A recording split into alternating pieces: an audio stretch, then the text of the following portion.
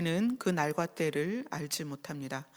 그러나 주님께서는 하나님의 자녀들에게는 도적같이 오지 아니하시고 우리가 그 마음으로 알게 하십니다. 우리는 성경을 통하여서 또 세상을 향하여서 지금이 주님 오실 때라는 것을 분명하게 깨닫고 있습니다. 우리가 어떻게 이 시간들을 살아내야 할지 말씀으로 인도하여 주시옵소서. 예수님 이름으로 기도드리옵나이다. 아멘. 자, 오늘 말씀 여호수아서 24장입니다. 이제 여호수아서 마지막이에요. 여호수아서 24장 14절부터 18절까지 함께 읽도록 하겠습니다. 시작. 그러므로 이제는 여호와를 경외하며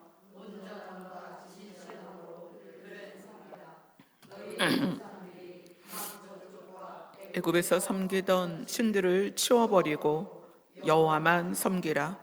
만일 여호와를 섬기는 것이 너희에게 좋지 않게 보이거든 너희 조상들이 강 저쪽에서 섬기던 신들이든지 또 너희가 거주하는 땅에 있는 아모리 족속의 신들이든지 너희가 섬길 자를 오늘 택하라.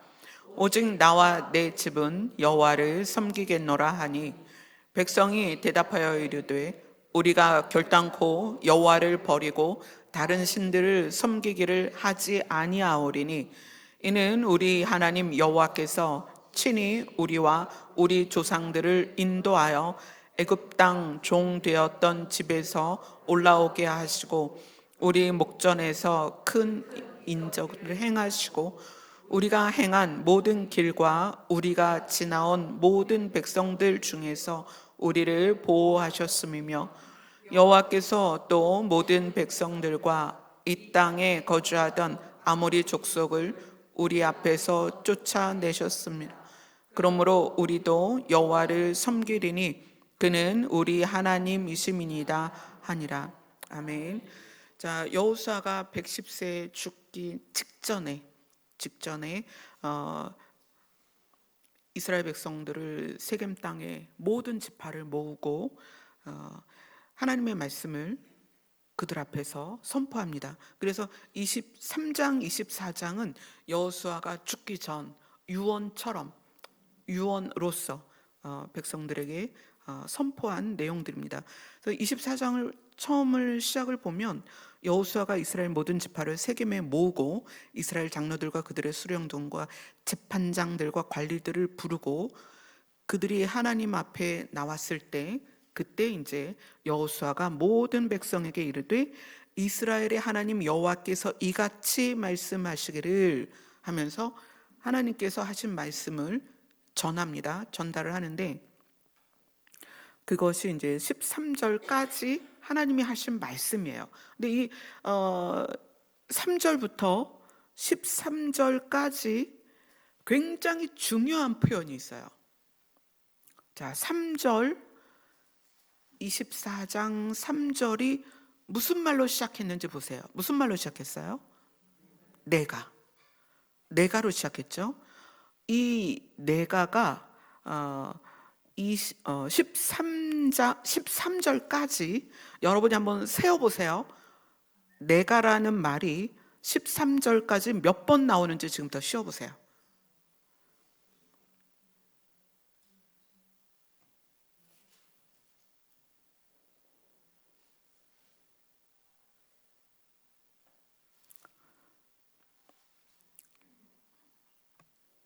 (3절부터) 13절까지입니다. 내가가 몇 번 나오나요?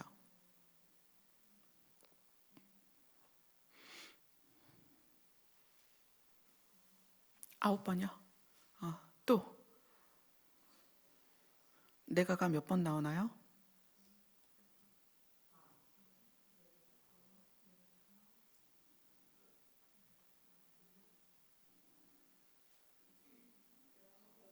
네?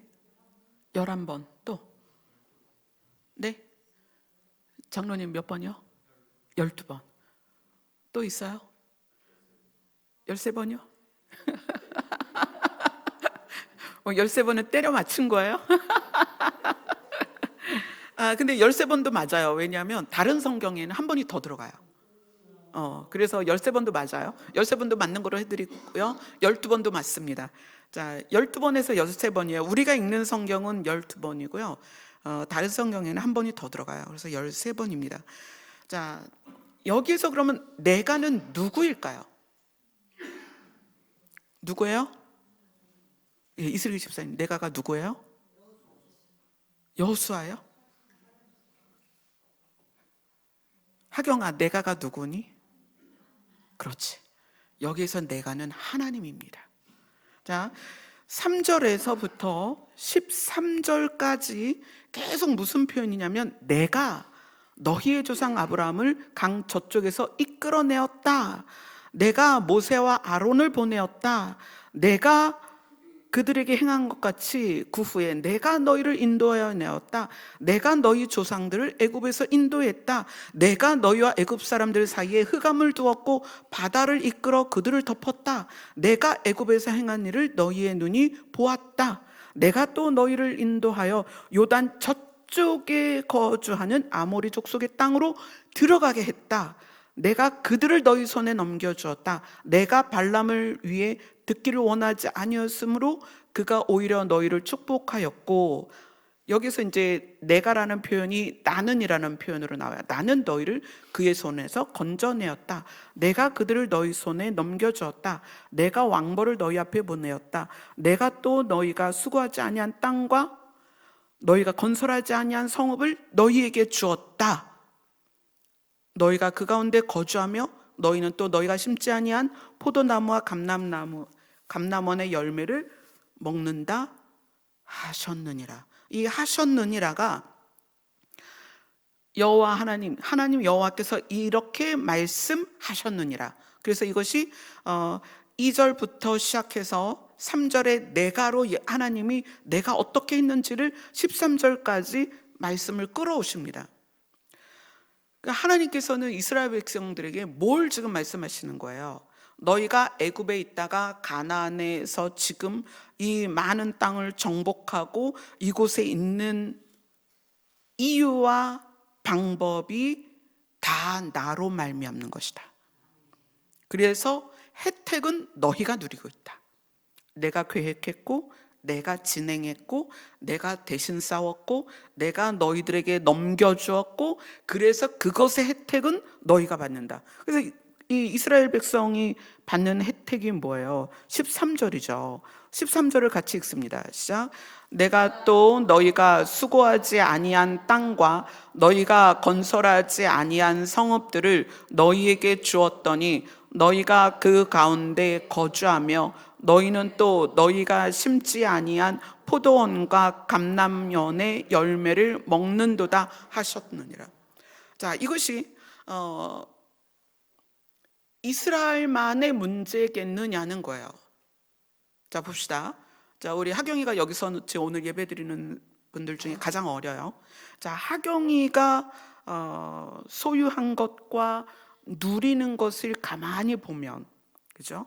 우리 또 여기 장로님 두 분이 계시는데, 장로님 두 분이 이 땅에서 살면서 그동안 누려왔던 것들을 셈하여 보면 내가 심지 않은 것과 내가 거두지 않은 것들이라는 거예요.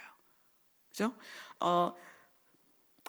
하나님께서 이 자연 안에 인간이 생존하도록 정말 치밀한 과학적 구조를 하나님이 미리 만드셨어요. 그래서 비가 오지만 그 빗물이 또 증발하면서 구름을 일으키고 그 증발한 그 수증기죠. 그것이 구름을 만들어서 그것이 때로는 비로 때로는 눈으로 내려오면서 물의 순환이 있죠. 물의 순환이 무엇을 이루냐면 바다와 육지에 사는 생명체들을 살아나게 합니다. 동식물 모두를 살아나게 해요. 빛의 순환이 있습니다. 빛이 항상 비추는 건 아니죠. 밤도 있고 낮도 있지만 낮만 있으면 사람이 살 수가 없어요. 그러니까 하나님이 사랑하는 자에게 잠을 주시는도다. 쉴 수 있고 잘 수 있는 낮과 밤이 교차되는 이 시스템 위에 우리를 올려놓으셨어요. 자, 지금 보세요. 이스라엘과 이란과 미국의 전쟁 때문에 급격히 그 석유의 운반이 원활하지 않은 상태예요. 그래서 무슨 얘기를 하냐면 석유로 뽑아내는 많은 물건들이 있는데 그중에 비닐과 플라스틱 재질들을 석유가 공급되지 않으면 생산을 못해요. 그래서 뭐 비닐을 1년치 각 가정마다 필요한 거는 구비를 해라 할 정도로 단지 석유가 원활하게 제공되지 않는데 우리는 가정에 쓰는 정말 하찮은 비닐이 부족해진다는 거예요. 그만큼 석유화학이라는 그 범위 내에서 우리에게 공급되는 내용들이 너무 많다는 거예요. 섬유로부터 비닐과 플라스틱에 이르기까지, 또 자동차가 굴러다녀야 되고 또 전기를 발생시켜야 되는 이 모든 전반적인 부분에 석유 하나가 차지하는 비율이 너무 크다는 거예요. 그런데 그 석유를 우리는 뽑아서 쓰기만 하지 누가 그 땅 속에 저장하셨느냐, 누가 그 바다 속에 그것을 저장하셨느냐? 하나님이 저장하셨다는 거예요. 성경적 역사 6천 년 동안 우리는 그걸 맨날 뽑아 쓰는 거예요. 광물, 희토류라는 것도 마찬가지예요. 옛날에는 그 희토류가 필요가 없었어요. 그러나 지금은 반도체 사업에서 희토류가 없으면 안 돼요. 그래서 희토류를 누가 소유하고 있느냐? 어느 나라의 어느 땅에 그것이 매장되어 있느냐? 그러니까 우리는 사실 하나님이 땅 속에 감추어 둔 것이 역사적인 순차적인 단계를 거쳐 뽑아 쓰고 있는 거예요. 히토를 옛날에는 안 썼습니다. 근데 지금은 필요하다는 거예요. 반도체 때문에. 그러니까 하나님이 태초에 천지를 창조하실 때 이미 2000년도에 우리가 너무나 필요로 하는 반도체를 위해서 히토류가 매장되어 있었다는 거예요. 하나님은 인간이 삶을 살아내기 위해서, 그것도 시대적으로 시기적으로 시즌을 따라 무엇이 필요한지를 땅 속에 다 넣어 놓으셨어요. 며칠 전에 부목사님 막내가 이빨이 부러졌다고, 그래서 씌운다고 하는데 뭐로 씌우냐고 내가 여쭤봤더니 금으로 씌운대요. 땅 속에 있는 금이 입 안으로 들어갈 줄 누가 알았겠어요. 그죠? 그러니까 지금 시대에 이빨 씌우라고 하나님이 땅 속에 금을 넣어 놓으셨다는 거예요. 그 금을 캤더니 그 금으로 먹기도 하고, 그죠? 음식에 금을 넣죠. 의학적으로 쓰기도 하고, 금을 쓰는 용도가 가전 제품 안에 또 금이 차지하는 되게 중요한 역할들이 있어요. 우리가 인생을 살아내는 데 있어서 우리는 우리가 상상하는 것보다 더 치밀하고 조밀한, 하나님이 그물망같이 세워놓은 계획 가운데 우리가 이렇게 올려져서 지금 우리를 지탱하고 있다는 거예요. 그래서 하나님이 말씀하세요. 너희가 건설하지 않은 성읍을 너희에게 주었고 너희가 그 가운데서 거주하고 있다. 너희가 심지 아니한 포도원과 감람원의 열매를 먹는다라고 말씀하신다는 것은 이때의 이스라엘뿐만 아니라 지금 2026년을 살아가는 우리에게도 동일한 말씀이라는 거예요. 오늘 대구에서 큰 불이 났습니다. 자동차 부품 생산 공장에서 화재가 나서 사상자가 굉장히 많아요. 실종자도 10명이 넘고, 여러분이 아무 생각 없이 한 집에 뭐 한 대, 두 대, 세 대 이렇게 자동차를 보유하고 있지만 누군가는 그 자동차를 여러분이 소유할 수 있도록 밤을 새워 일하기도 하고 화학 제품들을 다루어 가며 그 물건들을 생산하고 있단 말이에요. 그 생산 라인에서는. 그것뿐인가요? 여러분이 앉아있는 의자도, 제가 여기 서 있는 강단도, 여러분에게 소리를 확장시키는 이 마이크도 누군가는 어디에서 어떤 시간인가 이거를 생산해 냈기 때문에 우리가 이걸 사용하고 있다는 거예요. 여러분이 살면서 부모님이 나에게 해준 게 뭐가 있어? 뭐 국가가 나한테 해준 게 뭐가 있어? 세상이 나한테 해준 게 뭐가 있어? 이런 생각은 이만큼도 하시면 안 돼요. 손톱만큼도 그런 생각하시면 안 돼요. 여러분이 존재하기 위해서 하나님은 정말 수천, 수억, 수십억의 조밀한 시스템에 우리를 올려두셨다. 그래서 여러분이 지금까지 살아있다. 요즘 환절기라서 감기 환자가 많아요. 감기를 겪고 있는데, 그럴 때 먹는 알약 하나도 누군가는 그것을 위해서 엄청난 시간을 연구를 했고, 그것을 사람들이 써도 되는지를 수많은 동물들에게 임상 실험을 하고 사람들에게 실험을 하고, 그래서 그게 시판이 됐단 말이에요. 그것이 시판되어서 나는 쉽게 그 캡슐을 따서 물로 먹어서 열이 내리고 두통이 가라앉지만, 그렇게 되기까지 얼마나 많은 기간이, 얼마나 많은 사람이, 얼마나 많은 노동력이 필요했는지 여러분 기억하셔야 돼요. 하나님은 단 한 사람을 위해서, 여러분 한 사람을 위해서 이 시스템을 작동시키고 있다는 거예요. 우리가 그렇다는 거예요. 그래서 24장에 이 13절까지 하나님께서 말씀하셔, 내가 다 했다. 너희는 그 혜택을 보는 것이다. 내가 너희에게 다 주었다. 나는 주었고 너희는 혜택을 보는 것이다. 여러분 이거 기억하셔야 돼요. 여러분 평생에 기억하셔야 돼요. 내가 가지고 있는 어떤 결핍은 상대적인 거예요. 상대적인 결핍이지 우리에게는 차고 넘치도록 하나님이 주셨습니다. 상대적 결핍이라는 건 내가 내 시야에서 보이는 것과 비교해서 얻는 결핍이에요. 사실 우리는 모자라지 않습니다. 하나님은 넉넉히 주셨습니다. 우리 자신이 느끼는 결핍 때문에 그것을 부족하다고 느낄 뿐이에요. 그래서 12번이나 하나님께서 말씀하시는 거예요. 내가 너희에게 주었다.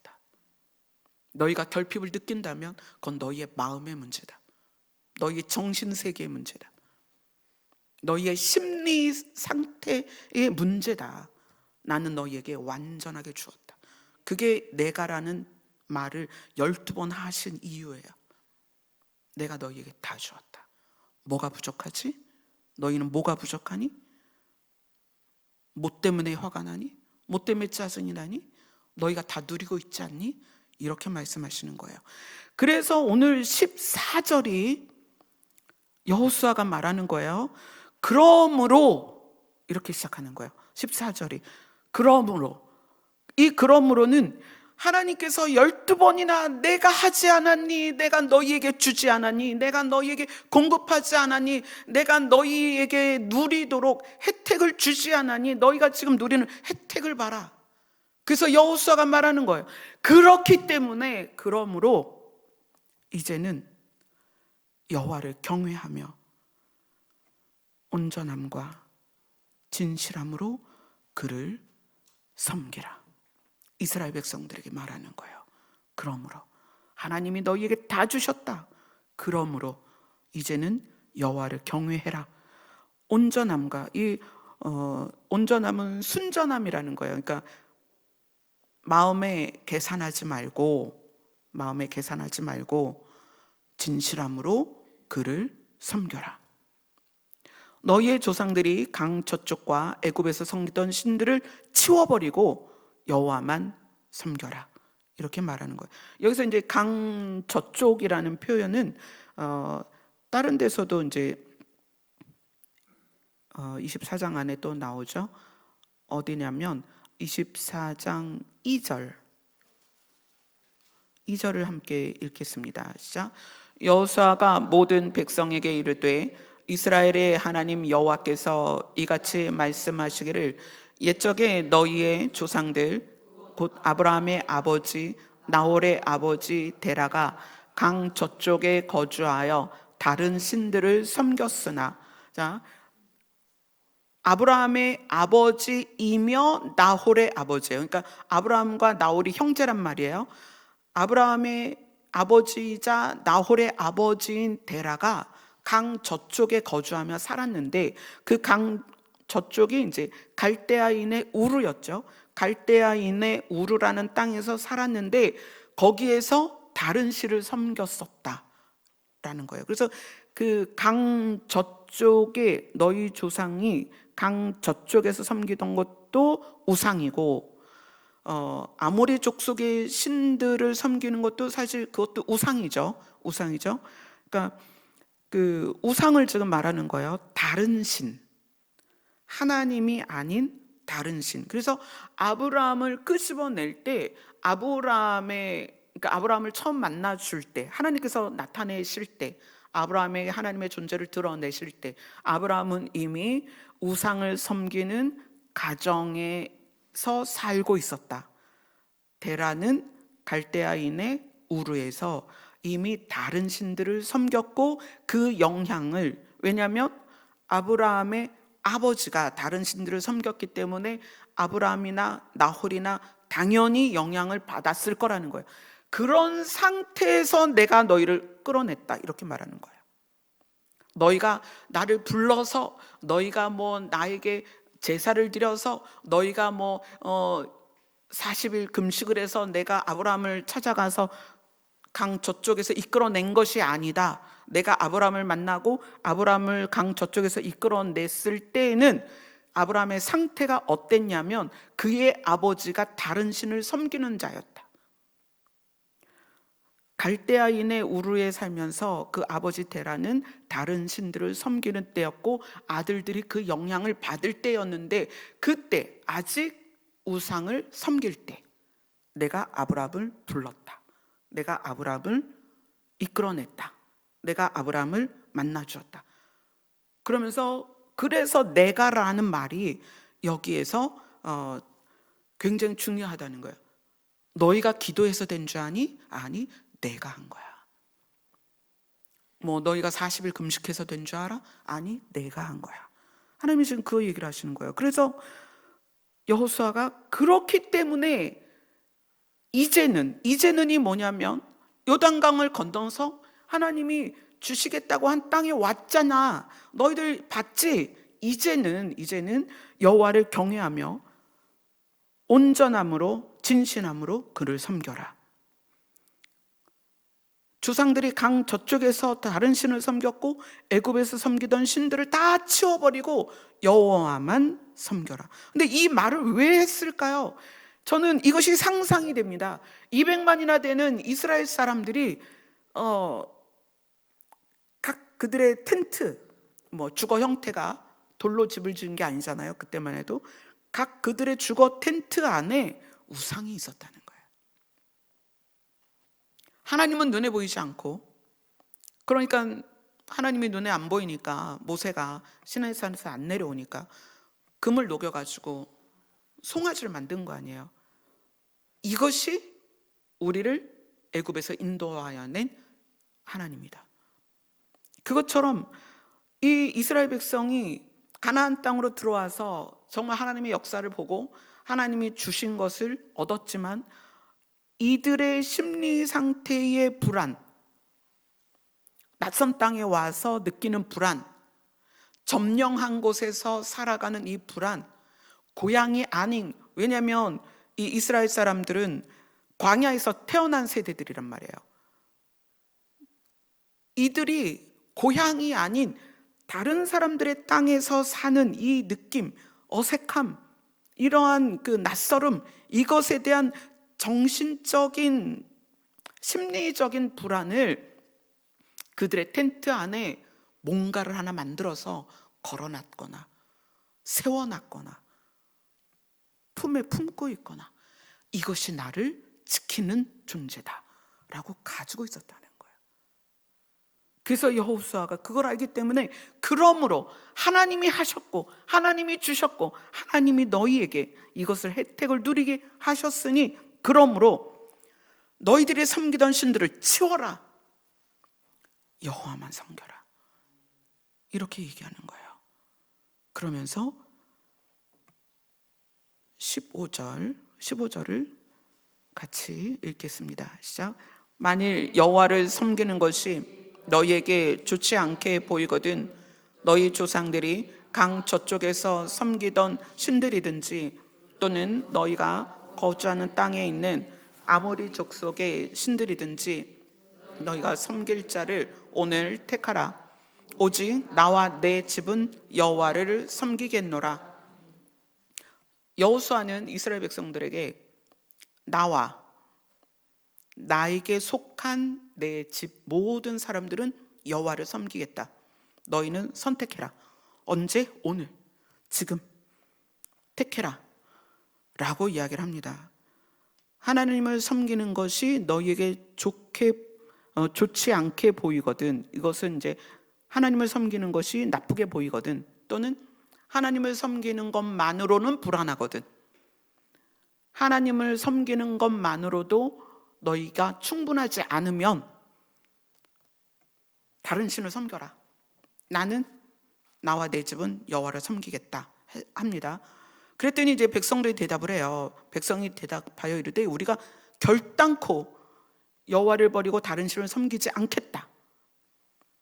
왜냐하면 우리 하나님이 친히 우리 조상들을 인도해서 애굽 땅 종 되었던 집에서 여기까지 올라오게 하셨고, 하나님이 이적을 행하셨고, 하나님이 우리를 보호하셨다. 그리고 이 이방인들을, 아모리 족속을 쫓아내셨다. 그러므로 우리도 여호와를 섬기리니 그는 우리 하나님이시니이다 합니다. 이스라엘 백성이 하나님을 선택하겠다라고 얘기를 해요. 그런데 여호수아가 충격적인 얘기를 해요. 24장 19절을 같이 읽습니다. 시작.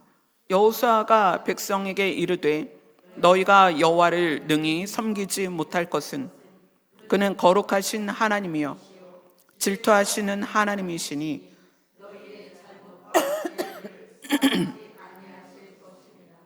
자, 이스라엘 백성이 우리도 여호와를 섬길 거다, 그는 우리 하나님이다. 그 근거를 어디에 뒀냐면, 왜냐하면 그분이 종되었던 애굽에서 우리를 여기까지 오게 하셨고, 이적들을 행하셨고, 우리를 보호하셨고, 아모리 족속을 쫓아내셨기 때문이다. 그러므로 우리도 여호와를 섬길 거다.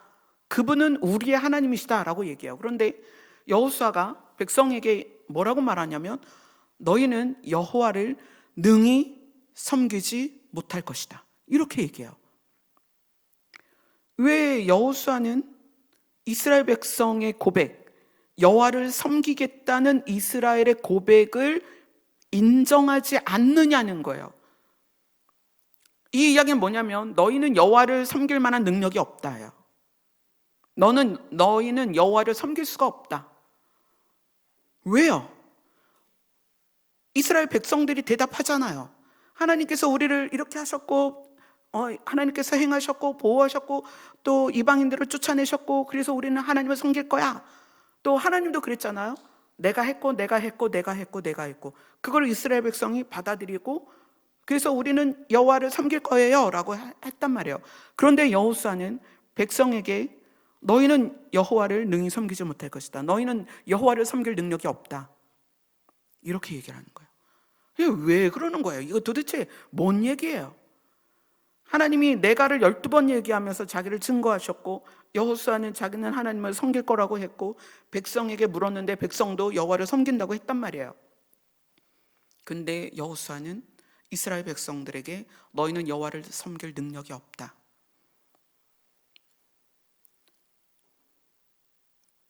그는 거룩하신 하나님이시다 라고 얘기해요. 질투하시는 하나님이시다. 이 거룩하신 하나님과 질투하시는 하나님, 이 두 가지가 하나님의 본질적인 특성이에요. 근데 거룩하신 하나님, 온전하시고 완전하시고 흠이 없으시고 죄가 없으신, 그냥 하나님의 본성이 거룩입니다. 거룩. 그러니까 이 거룩과 그다음에 이제 질투하시는 하나님은 이제 성경에 예를 들어서 뭐 신명기나 또 몇 군데 나오죠. 많이 나오진 않는데 질투하시는 하나님이라는 것은 뭐 이제 신명기에도 나오고 출애굽기에도 한번 나와요. 근데 이 질투하시는 하나님이라는 것은 우리가 생각하는 질투랑은 달라요. 우리가 생각하는 질투는 누군가 누구를 나보다 더 좋아하는 걸 보고 내 안에서 일어나는 감정이죠. 근데 여기 성경에서 말하는 하나님의 성품으로서의 질투는 뭐냐면 우리를 향한 불붙는 사랑이에요. 내가 너희를 너무 사랑해서 너희가 이방신을 섬기는 걸 내가 도저히 못 보겠다. 왜냐하면 이방신을 섬기면 생명에서 단절되기 때문에. 그죠? 그러니까 우리는 내가 사랑받지 못하는 것 때문에 질투를 해요. 저 사람이 나보다 얘를 더 사랑하네? 그것 때문에, 내가 사랑받지 못하는 것 때문에 질투하지만, 하나님의 질투는 뭐냐면 내가 너를 살릴 수 없어서 화가 나는 거예요. 나는 너를 살리고 싶은데 네가 저 깎아 만든 우상을 섬기고, 네가 저 부어 만든 우상을 섬기고, 네가 저 황금 송아지를 섬기면 내가 너를 살릴 수가 없다. 나는 너를 살리고 싶어. 그래서 하나님의 질투는 뭐냐면 우리를 살리고자 하는 불붙는 사랑이에요. 그러니까 우리의 질투로 이해하면 안 돼요. 그러니까 하나님은 거룩하시고 우리를 불붙는 사랑으로 우리를 대하신단 말이에요. 그런데 이 거룩하심과 질투하심이 우리가 하나님을 향하다가 다른 곳을 향하면, 그래서 너희의 잘못과 죄들을 사하지 아니하실 것이다 라는 게, 우리가 하나님을 향하다가 다른 신을 향하면, 이스라엘 백성이 하나님을 섬기겠다고 하다가 다른 신을 섬기면 하나님께서는 그들을 되돌리기 위해서 매를 들 수밖에 없는 거예요. 왜? 살려야 되니까. 우리가 사랑하는 관계에서의 감정적인 관계 안에서 이 사람이 나보다 다른 걸 더 좋아할 때 화가 나는 그런 거랑은 차원이 다른 거죠. 하나님은 우리를 살리기 위해서, 우리가 방향이 잘못되었을 때 방향을 돌이키기 위해서 매를 든단 말이에요. 그것이 이스라엘의 역사 안에 계속 반복되고 있는 역사입니다. 자, 하나님의 거룩은 그분의 본질이기 때문에 인간은 절대로 하나님의 거룩을 흉내낼 수 없습니다.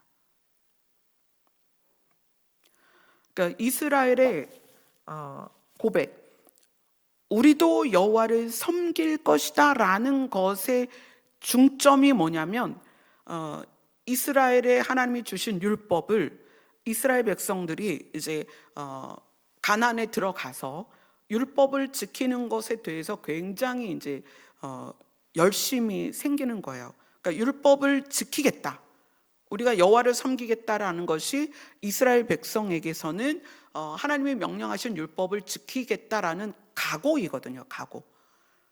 우리가 열심히 여호와를 섬길 것이다. 근데 여호수아는 이스라엘 사람들이 행위로서 무엇을 해서 하나님을 감동시킬 수 없다는 걸 아는 거예요. 너희들이 뭘 얼마나 열심히 하면 하나님의 거룩까지 갈 것이며, 너희들이 뭘 어떻게 열심히 하면 하나님의 그 불붙는 사랑까지 가겠냐. 그리고 이 여호수아가 거기에 대해서, 그러니까 하나님을 섬기는 게 뭐냐는 것을 답을 내려줘요. 답을. 자, 23절. 먼저 22절을 잠깐 볼게요. 22절 같이 읽습니다. 시작. 여호수아가 백성에게 이르되 너희가 여호와를 택하고 그를 섬기리라 하였으니 스스로 증인이 되었느니라 하니 그들이 이르되 우리가 증인이 되었나이다 하더라. 이것은 이스라엘 백성이 이제 여호수아가 너희는 하나님 섬길 수 능히 너희가 하나님을 섬길 수가 없어, 너희는 그럴 능력이 없어 그랬을 때 21절에 백성이 여호수아에게 다시 말하거든요. 우리가 여호와를 섬기겠습니다. 두 번째 고백이죠. 그랬더니 여호수아가 그래, 그러면 너희가 스스로 증인이 되었다, 너희가 택한 것과 너희가 결심한 것에 대해서 너희가 증인이 되었으니 너희가 그것에 대하여 책임져라요. 너희가 하나님을 섬기겠다고 2번이나 말했지? 그러면 너희가 택했고 결심한 것이 너희가 스스로 증인이 되었으니 너희가 만약에 섬기지 않게 되었을 때에 하나님으로부터 받는 그 죄에 대한 대가, 재앙이죠. 그걸 성경에서는 재앙이라고 표현하는데, 재앙을 너희가 받아야 된다. 택함과 결심에 대한 책임을 져라, 이렇게 표현을 해요. 그리고 여호와를 섬기는 게 뭐냐? 너희들이 말하는 제물을 드리고 제사를 드리고, 그게 여호와를 섬기는 게 아니다. 너희들이 제물을 드리고 제사를 드리는 건 할 수 있지만 진짜 여호와를 섬기는 게 뭐냐? 23절을 같이 읽습니다. 시작. 여호수아가 이르되 그러면 이제 너희 중에 있는 이방 신들을 치워버리고 너희의 마음을 이스라엘의 하나님 여호와께로 향하라 하니. 자, 이 여호수아가, 이거는 굉장히 포괄적인 의미를 갖고 있는 거예요. 이스라엘 백성이 우상을 이렇게 꼭 붙들고 있으니까 이제 그건 이제 치워라. 너희들이 이제 스스로 증인이 되었으니 너희가 택한 것과 결심에 대한 책임을 져라. 우상을 치우고, 그 다음에 여호와를 섬긴다는 것은 뭐냐? 제사를 드리고 제물을 드리고 절기를 지키고 그런 게 아니라 너희의 마음이 하나님을 향하는 것이다, 이렇게 이야기를 해요. 그게 섬기는 것이다. 여러분, 하나님을 섬기는 것은 교회를 와서 예배 시간에 앉아 있고 봉사를 하고 헌금을 하고 교회 내의 시스템에 의해서, 어떤 조직에 의해서 거기에 조밀하게 들어가서 무엇을 하고, 그 의미가 아니란 말이에요. 그걸 하지 말라는 게 아니에요. 이스라엘 백성이 절기를 지키고 예물을 드리고 제사를 지내고 이거는 해야 돼요. 해야 되는데 그 하는 행위가 무엇에서 나와야 되냐면 하나님을 향한 마음에서 나와야 된다는 거예요. 이것이 없으면, 하나님을 향하는 마음이 없으면 겉으로 행하는 모든 것은 하나님을 섬기는 게 아닙니다.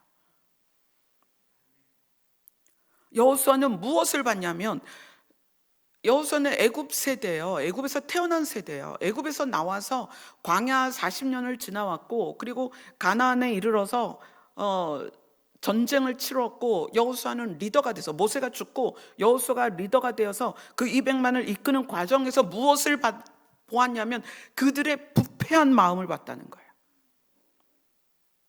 하나님이 12번이나 내가 했고 내가 너에게 거저 주었고 너희는 그 혜택을 누린다 라고 말씀하시는 것은 너희들의 행위에 너희들이 숟가락 얹어서 내가 이렇게 했다라고 말하지 말라는 거예요. 그런데 이스라엘 사람들 마음 안에 부패한 마음이 있었다는 거예요. 여호수아는 그들과 동행하면서 그들의 마음을 봤습니다. 얼마나 부패한 마음인지를. 그래서 그들이 우리 하나님 섬길 수 있어요. 모세가 남겨준 십계명과 모세가 남겨준 그 율례와 율법 우리가 다 지킬 수 있습니다. 우리가 그렇게 하나님을 섬길 거예요. 그랬더니 여호수아가 아니, 너희는 여호와를 섬길 능력이 없어. 너희들의 부패한 마음을 봐라. 너희의 마음을 이스라엘 하나님 여호와께로 행하라, 이렇게 얘기해요.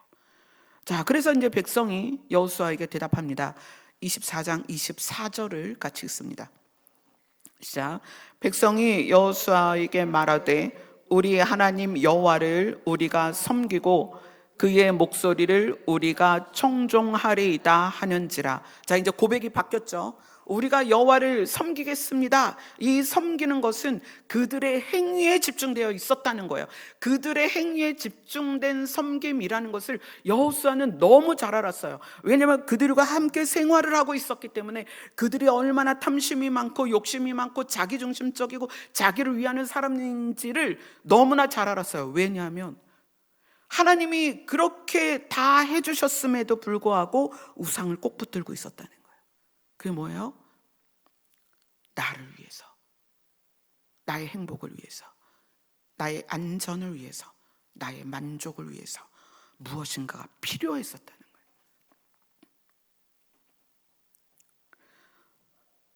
여러분, 하나님 때문에 손해볼 수 있어야 돼요. 여러분, 하나님 때문에 억울할 수 있어야 되고요.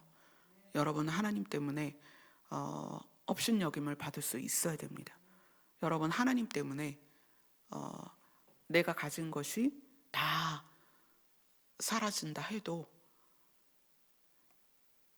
마음이 하나님을 향하는 사람은 내 주변에서 나에게 오는 어떤 일들로 인해서 하나님께 불평하지 않아요.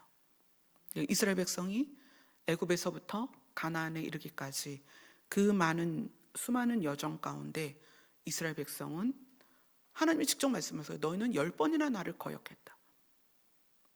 불평하고 불만하고 거역하고 모세를 죽이려 하고,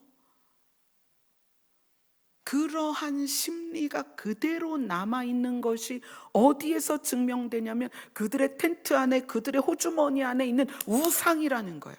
내가 이것이 있어야 돼 라는 그들의 마음.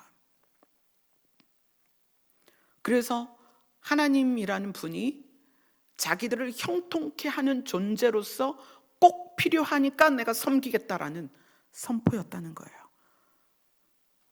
그래서 여호수아가 말하는 거예요.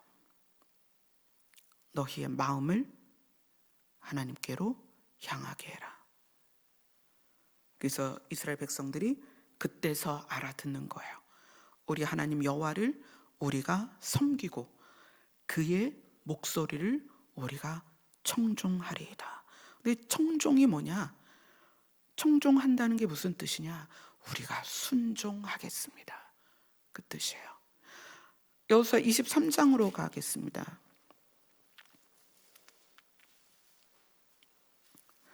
여호수아 23장 14절.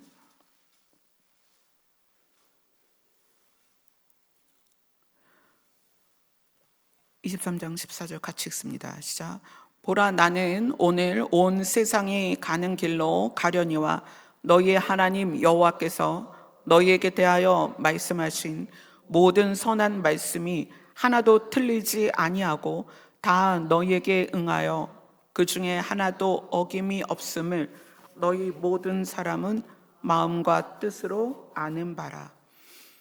하나님의 말씀이 하나도 어김없이 적용되고 응하고 있는데, 그 하나님의 모든 말씀을 여호수아는 뭐라고 표현했냐면 모든 선한 말씀이다. 선한 말씀이다. 그래서 15절에도 너희 하나님 여호와께서 너희에게 말씀하신 모든 선한 말씀, 이렇게 되어 있어요. 그러니까 애굽에서 나와서 광야를 지나갈 때에 이스라엘 백성들 마음 안에는, 와, 우리가 왜 여기 나와서 이렇게 이 개고생을 하느냐, 집 떠나면 개고생이라는데 이 광야에서 물도 안 나와, 먹을 것도 없어, 햇빛은 뜨거워, 밤에는 추워, 벌레는 많아. 그런 여정을 지나가면서 하나님이 이스라엘 백성을 살리고자 하는 그 진심을 몰랐다는 거예요. 여호수아는 그래서 그렇게 표현하는 거예요. 하나님의 말씀은, 하나님의 모든 말씀은 선한 말씀이다. 너희들을 살리기 위한 말씀이다. 여러분, 이것이 하나님의 말씀이 선한 말씀이라는 것을, 하나님이 말씀하신 모든 말씀이 선한 말씀이라는 것이 여러분 안에 마음 안으로 들어오지 않으면 이스라엘 백성들처럼 저 여호와 하나님을 믿습니다, 하나님을 섬길 거예요, 그리고 마음 따로 몸 따로 살아간다는 거예요. 몸은 교회 안에 있고 마음은, 시편 119편을 볼게요.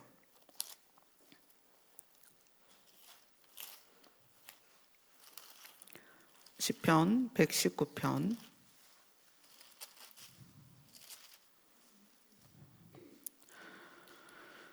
36절입니다.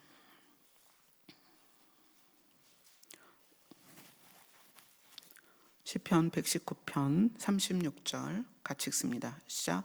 내 마음을 주의 증거들에게 향하게 하시고 탐욕으로 향하지 말게 하소서.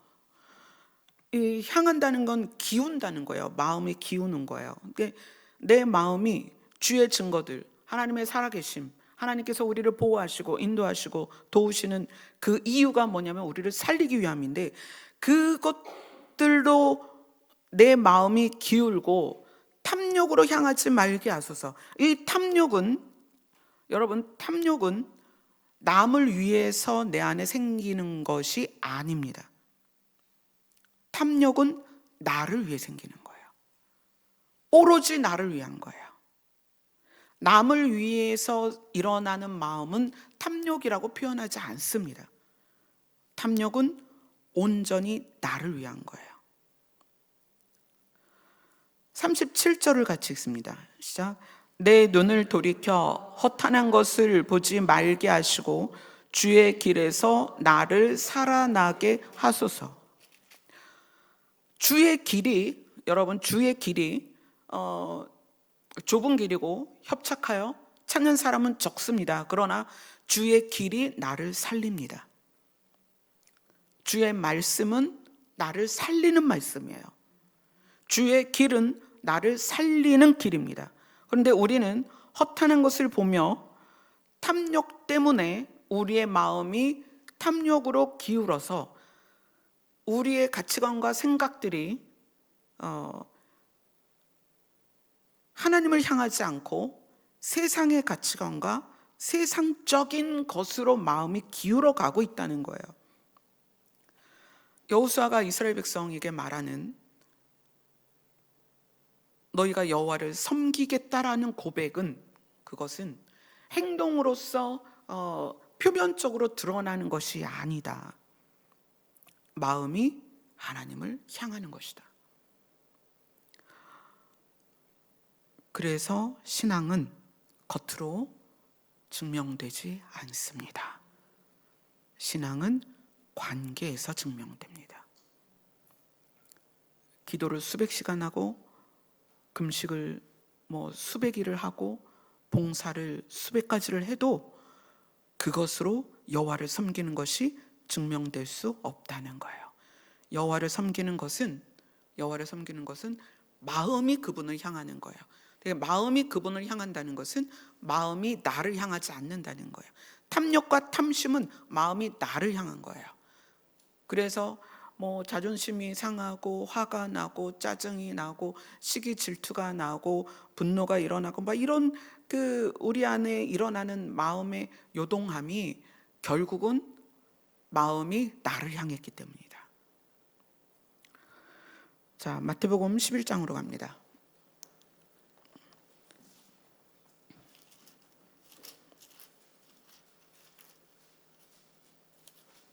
마태복음 11장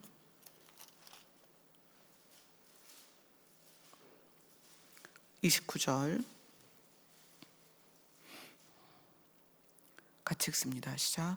나는 마음이 온유하고 겸손하니 나의 멍에를 메고 내게 배우라.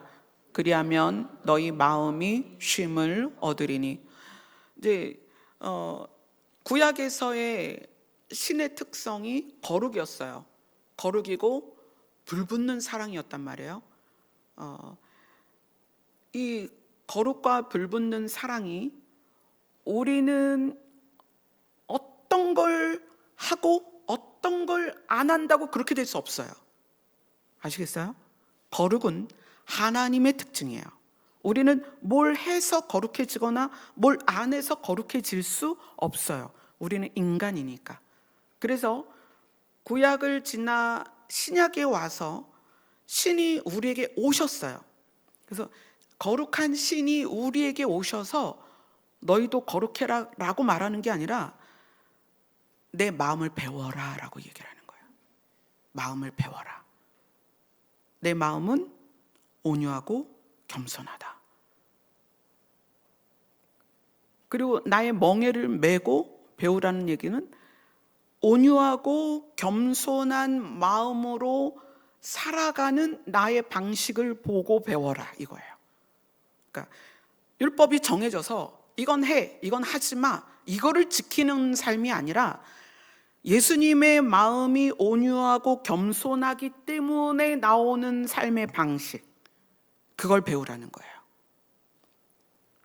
수고하고 무거운 짐진 자라는 것은 마음이 온유하고 겸손하지 않고 마음이 나를 향하고 있으니 탐심이 생기고 욕심이 생기고 화가 나고 짜증나고 무시당하는 것 같고 부족하고 막 그런, 어떨 땐 열등감을 느끼고 좌절하고 막 이런, 진짜 마음이 지옥 같단 말이에요. 그래서 이 마음 때문에 수고하고 이 마음의 짐이 너무 무거운, 삶의 짐이 너무 무거운, 왜냐하면 마음으로 인해서 관계로 드러나기 때문에 삶이 너무 힘든 거예요. 그래서 예수님이 내가 너희를 쉬게 하리라, 이거는 내가 너에게 안식을 줄 거야. 안식을 줄 건데 어떻게 하냐면, 내게로 와서 내 마음의 특성이 온유와 겸손인데 이 온유와 겸손의 마음의 특성으로서 삶을 살아가는 이 방식을 너희가 배워서 그렇게 하면 너희의 마음이 쉼을 얻게 될 거야 라고 이야기를 하시는 거예요.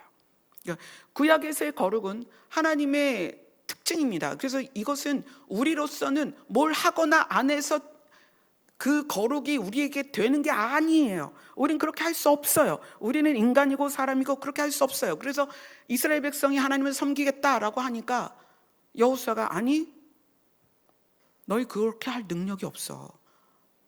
너희가 무슨 수로 거룩하신 하나님을 섬겨서 너희가 무엇으로 하나님을 기쁘시게 할 거야. 너희는 그럴 능력이 없어. 그러니 뭘 해라? 마음이 하나님을 향하도록 해라.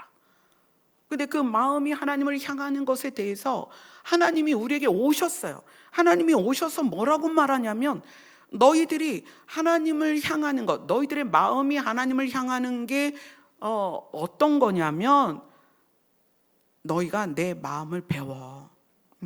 근데 내 마음이 특징이 뭐냐? 온유하고 겸손한 거야.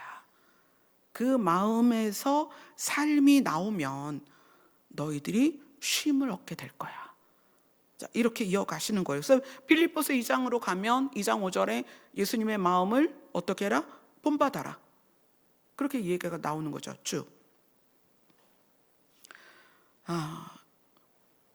여호수아가 이스라엘 백성과 그 일생을 같이 하면서 느꼈던 거예요. 이스라엘 백성이 마음이 얼마나 강팍하고 그들의 마음이 얼마나 자기중심적이고 그들의 마음이 얼마나 자기를 향하고 있는지. 그러니까 그게 우상을 섬기기 때문에 자기를 향하는 게 아니라 자기를 향하기 때문에 우상을 소유하고 있다는 거예요. 하나님이 함께하고 계심에도 불구하고 나는 결핍이 있는 거예요. 하나님이 나에게 주시는 게 마음에 안 들어. 나는 더 갖고 싶고, 나는 더 존중받고 싶고, 나는 더 부유하고 싶고, 나는 더 안전했으면 좋겠고, 나는 손해보고 싶지 않고, 나는 넉넉했으면 좋겠고, 나는 좀 세워졌으면 좋겠고, 나는 좀 다른 사람들에 비해서 잘났으면 좋겠고, 이런 것들이 하나님이 각자의 포지션에, 각자에게 허락하신 각자의 포지션에 걸맞는 삶이 만족스럽지 않은 거예요. 사실 우리 다 그렇잖아요. 여러분 자신이 여러분의 자신의 포지션에서 여러분의 자신의 삶이 만족하다면 마음이 평안할 거예요. 그렇지 않잖아요. 상대적인 비교 때문에, 또는 내 안의 욕구, 그걸 탐욕이라고 하는 거죠. 내 안의 욕구 때문에 지금의 상태나 지금의 형편이나 지금의 여건이 불편하고요, 화가 나고 짜증나는 거예요. 자, 이제 우리는 오늘 여호수아의 말대로 오늘 우리는 선택을 해야 됩니다.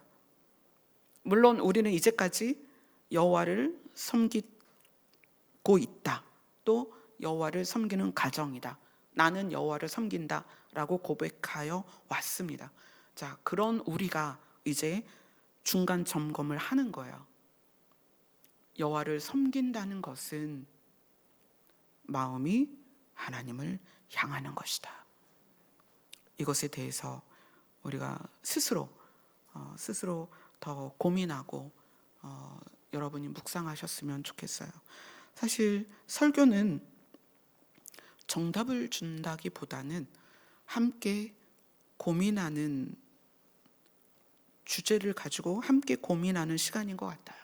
저 자신도 마음이 하나님을 향하는 것에 대하여 저 자신도 고민하고 그렇게 가는 거죠. 주의 길이. 그렇죠? 주의 길이 우리를 살릴 것입니다.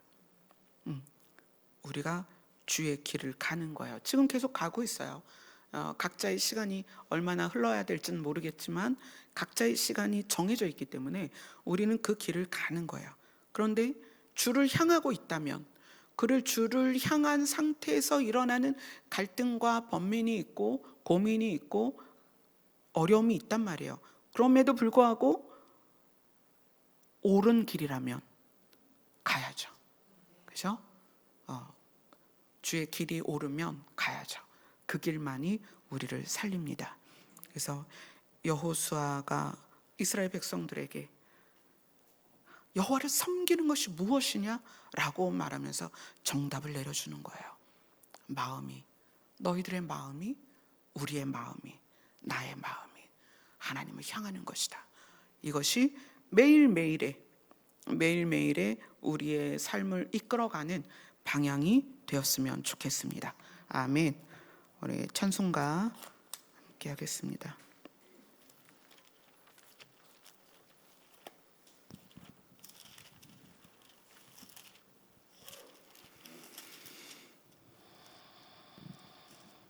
(178장입니다)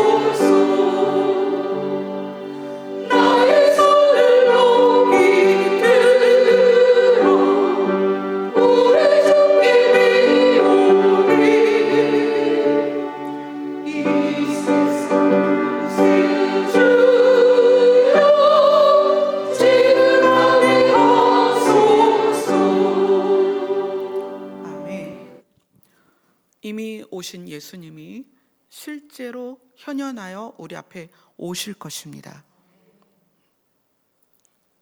우리는 그 과정에 있어요. 그래서 누구와 누구를 비교해서 이 사람은 잘 가고 있고 이 사람은 못 가고 있고가 아닙니다. 각자가 각자의 상황에서 마음이 주를 향하는 거예요. 겉으로 드러나는 건 그 사람의 믿음이 증명이 안 될 수도 있습니다. 걱정하지 마세요. 내 상황에서, 내 상태에서 내 마음이 주를 향하는 거예요. 내가 내 마음이 주를 향하면 주님께서는 신실하셔서 12번이나 내가 했다라고 말씀하시는 것처럼 우리를 인도하십니다. 아멘. 지금은 그럴 때예요. 지금은 성과, 효율성 이게 아니에요. 내 마음이 주를 향하는 거예요. 그분께서 신실하게 우리를 인도해 가실 것입니다.